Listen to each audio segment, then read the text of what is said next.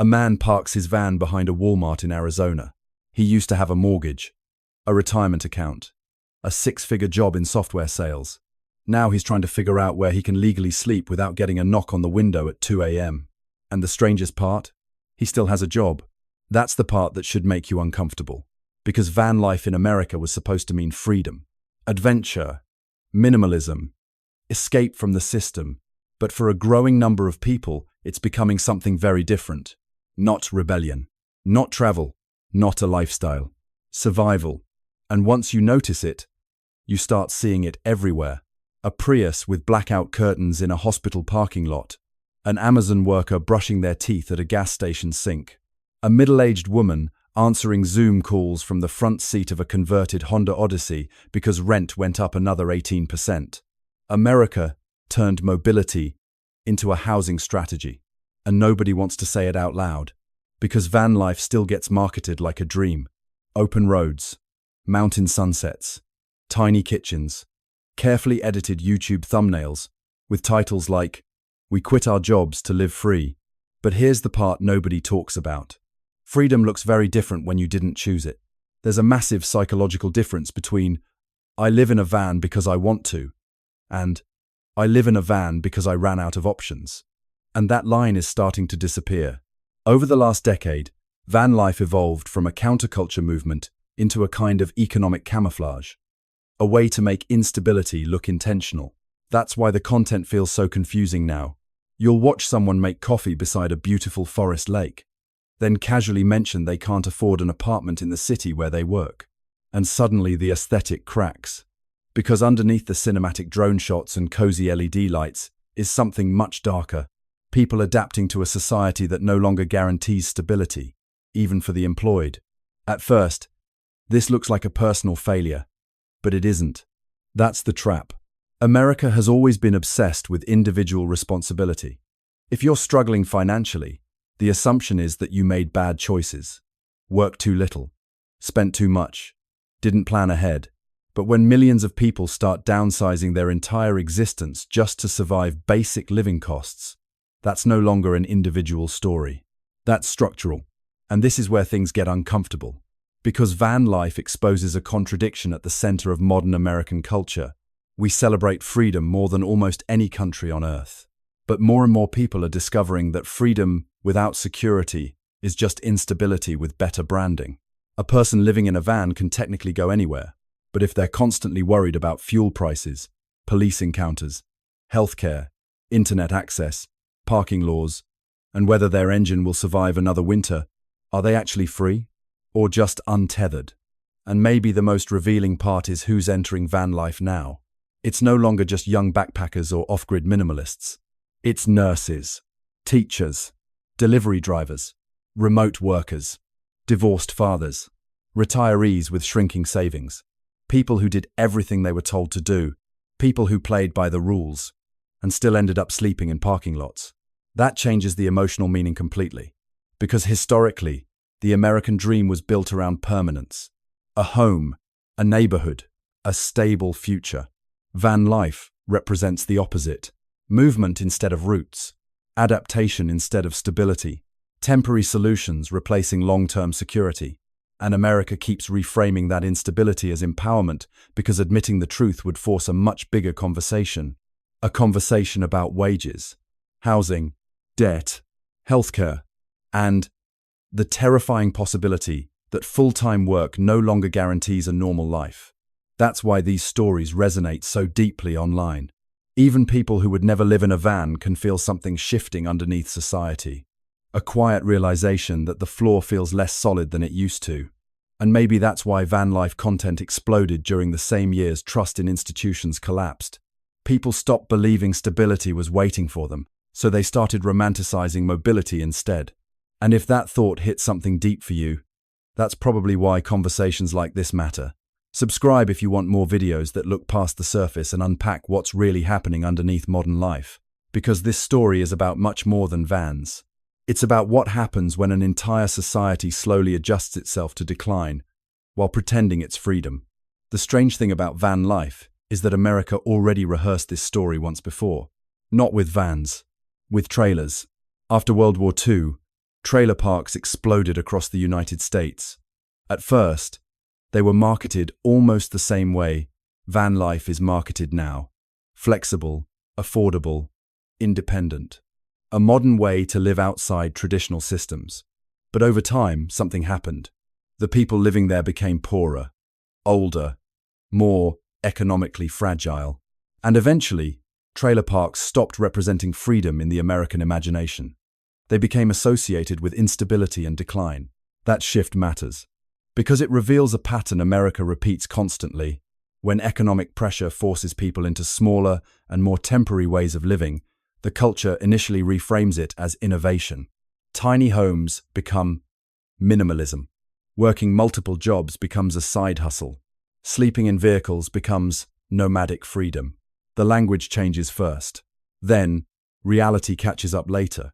And this is where van life becomes psychologically fascinating, because many people living this lifestyle exist in a strange emotional gray zone between empowerment and exhaustion.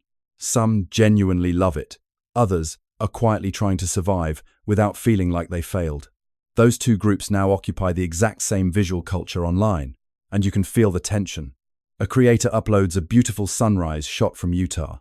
Soft music, espresso brewing, drone footage over canyon roads. Then 3 minutes later, they mention they haven't seen a doctor in 2 years because they don't have stable insurance. That emotional whiplash is becoming impossible to ignore, because the fantasy of radical independence collides with a very inconvenient truth. Human beings were never designed to live permanently precarious lives. We need routines, stability, predictability, community. And van life often strips those away in subtle ways people don't notice at first. You stop having neighbors. You stop feeling geographically anchored. You start calculating basic survival logistics every single day. Where do I park tonight? Where can I shower? Can I afford gas this week? Will somebody call the police if I stay here too long? That constant low-level uncertainty changes people psychologically. And ironically, many van dwellers describe something modern society already produces everywhere else: burnout. Except now it happens under open skies instead of office lighting. But here's the part nobody talks about. A huge amount of van life content online is emotionally compensating for instability. That's why the aesthetic matters so much. The plants, the fairy lights, the handmade wood interiors, the sunsets. Those details aren't trivial. They create emotional dignity inside conditions that might otherwise feel frightening. And honestly, there's something deeply human about that. People have always tried to beautify hardship. During the Great Depression, families still dressed nicely for photographs. People still planted flowers outside collapsing homes. Even in difficult conditions, humans try to preserve meaning and identity. Van life is often doing the same thing. It says, this is intentional, this is still a life, I still have control. Because losing stability is terrifying, especially in America, where identity is heavily tied to economic success. If your apartment disappears, your career stagnates, your savings collapse. It doesn't just feel financial, it feels existential. And that's why so many van life stories contain an almost spiritual language about simplicity and freedom. Sometimes that language is real, but sometimes it's also helping people emotionally survive conditions they never expected to face. And this is where things get even more uncomfortable, because younger generations are watching all of this happen in real time. They're seeing college graduates living in cars, full-time workers unable to rent apartments, families converting vans after medical debt destroyed their finances. So their understanding of adulthood changes before they even arrive there. The old promise was, work hard, build stability, own a home, feel secure. Now the message feels more like, stay adaptable, own less, expect instability, learn to survive uncertainty. That's not just an economic shift. That's a civilizational mood shift. A completely different emotional contract between people and society. And once a country loses the belief that stability is achievable, something profound starts happening to its culture. People stop planning long-term. They postpone marriage, delay children, avoid commitment, keep life lightweight and mobile because permanence starts feeling risky. Suddenly, van life isn't just about housing anymore. It becomes symbolic of an entire generation's relationship with the future. Temporary, flexible, uncertain, And maybe that's why these videos resonate so intensely online.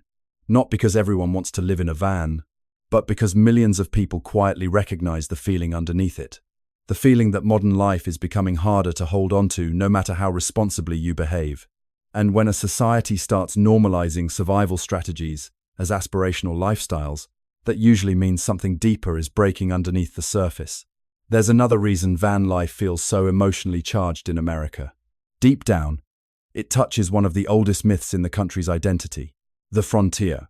For centuries, Americans have romanticized movement, the lone traveler, the open road, the idea that if life becomes unbearable, you can simply leave and reinvent yourself somewhere else.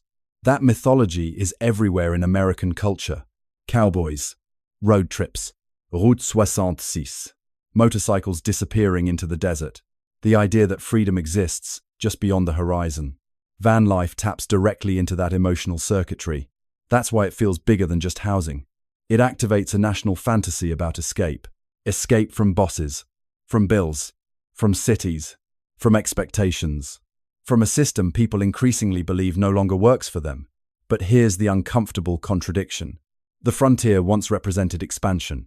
Now it represents retreat. That changes everything. Historically, Americans moved outward because opportunity was growing. Land was cheaper. Wages were rising. The future felt open. Today, many people are moving into vans because traditional stability is shrinking. Housing costs explode faster than salaries. Healthcare debt destroys savings. Rent consumes half a paycheck. Entire cities become financially inaccessible to ordinary workers. So mobility becomes less about exploration and more about economic adaptation. And psychologically, that creates a very strange emotional experience. Because the person living in a van often feels both liberated and trapped at the same time. Liberated from rent, trapped by instability. Liberated from possessions, trapped by constant maintenance. Liberated from one system while becoming hyper-dependent on another. Gas station, public Wi-Fi, gig work apps, parking tolerance, corporate infrastructure. That's the irony nobody wants to admit. Modern van life often looks anti-system on the surface, while being completely dependent on the system underneath. A van dweller may reject traditional housing, but still relies on Walmart parking lots, Amazon deliveries, mobile banking, Starbucks internet, and app-based income just to function day to day. It's not outside the machine. It's survival within it. And this is where the story becomes less about lifestyle and more about fragility. Because once enough people begin living this way, society itself starts changing around them. Cities install anti-parking barriers. Neighborhoods report parked vans more aggressively. Businesses lock bathrooms. Public spaces become increasingly hostile to anyone existing between categories. Not homeless enough for shelters. Not stable enough for housing. America struggles deeply with people who exist in ambiguous economic states. And van dwellers often live exactly in that ambiguity.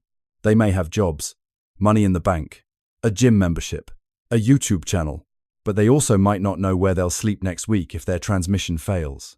That kind of instability creates a hidden psychological fatigue people rarely discuss openly. Because the hardest part of survival is often not physical discomfort. It's cognitive load, the endless background stress, the constant calculations, the feeling that one bad month could collapse the entire structure of your life. And this is where van life starts mirroring something much larger happening across American society. More and more people are living without buffers.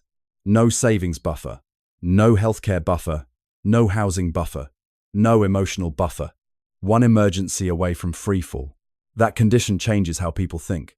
It makes them more anxious, more short-term focused, less trusting, less connected to institutions or communities. And eventually, survival mode becomes normalized. That's the real danger.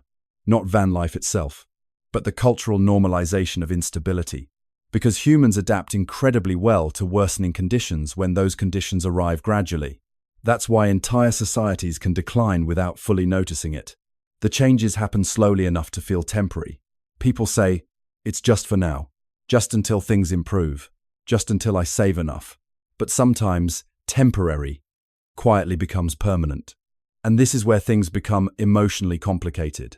Because despite all of this, Many van dwellers still describe moments of genuine beauty. Watching meteor showers in Nevada, waking up beside the Pacific Ocean, escaping consumer pressure, feeling closer to life itself.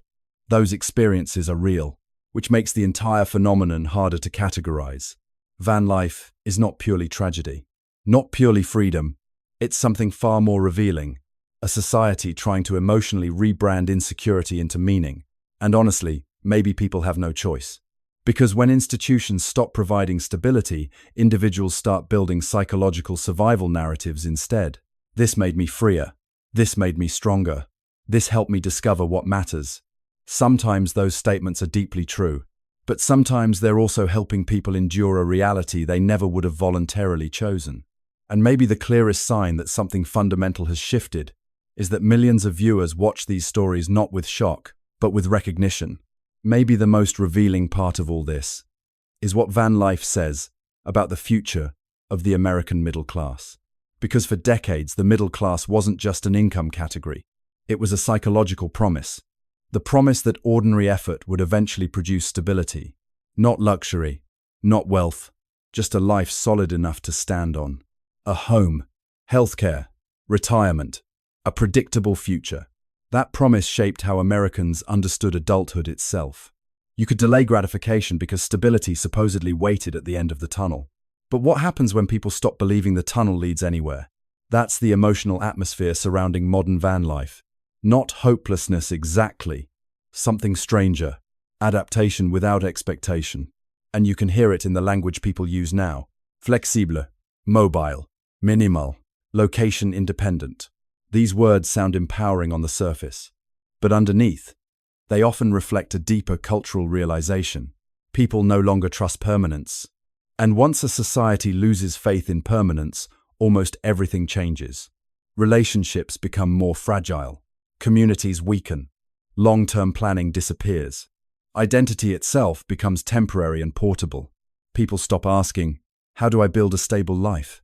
and start asking, "How do I remain functional inside instability?" That's an entirely different civilization. And this is where van life stops being a niche internet trend and starts becoming a social signal, a warning light. Because historically, stable societies produce rooted populations. People invest in neighborhoods. Families stay geographically connected. Citizens feel attached to institutions because they believe those institutions support them in return. But economically stressed societies produce movement. People drift toward opportunity, toward cheaper states, toward temporary work, toward survival strategies. Mobility increases as stability declines. And the irony is brutal. America once viewed mobility as proof of freedom. Now mobility increasingly functions as proof that stability has become inaccessible. That's why this topic feels emotionally heavier than it first appears. A van is not just a vehicle anymore. For many people, it's becoming an emergency adaptation mechanism inside an economy that no longer feels survivable through traditional means. And this is where things get deeply unsettling. Because societies can tolerate enormous amounts of decline as long as people continue finding personal workarounds. Can't afford housing? Live in a van. Can't afford healthcare? Delay treatment. Can't afford childcare? Don't have children. Can't afford stability? Rebrand precarity as freedom. Individual adaptation masks collective deterioration. That's why the system can continue functioning even while millions of people quietly feel exhausted by it. Everyone improvises privately instead of confronting the larger structural problem publicly. And social media accelerates this process beautifully. Because platforms are incredibly good at aestheticizing struggle, a cramped van becomes cozy content. Economic stress becomes off-grid simplicity. Isolation becomes solo freedom. The algorithm rewards aspiration far more than vulnerability. So people learn to narrate instability in emotionally attractive ways. Not necessarily because they're lying, but because hope is easier to survive on than despair. And maybe that's the most human part of this entire story. People are trying to preserve dignity, trying to preserve identity, trying to preserve meaning inside conditions that increasingly feel unstable and transactional. There's something heartbreaking about that, but also strangely admirable. Because despite everything, people still wake up, still make coffee, still decorate tiny spaces with plants and lights. still search for beauty in parking lots and desert roads and Walmart sunsets. Humans are unbelievably resilient creatures. But resilience can become dangerous when societies start relying on it too much. Because eventually, resilience turns into silent tolerance. And silent tolerance allows broken systems to continue indefinitely. That's the deeper tension underneath van life in America. It's not just a housing story. It's a story about what people do emotionally when the future they were promised begins slipping out of reach. Some fight, some collapse, some adapt, and some learn how to turn survival itself into an identity. Maybe that's why these stories stay with people long after the video ends. Because somewhere underneath the road trips and cinematic landscapes is a question that feels impossible to ignore now. What kind of society forces more and more ordinary people to become nomads? Not because they want adventure, but because stability itself is disappearing? And once enough people start asking that question honestly, the conversation stops being about van life altogether.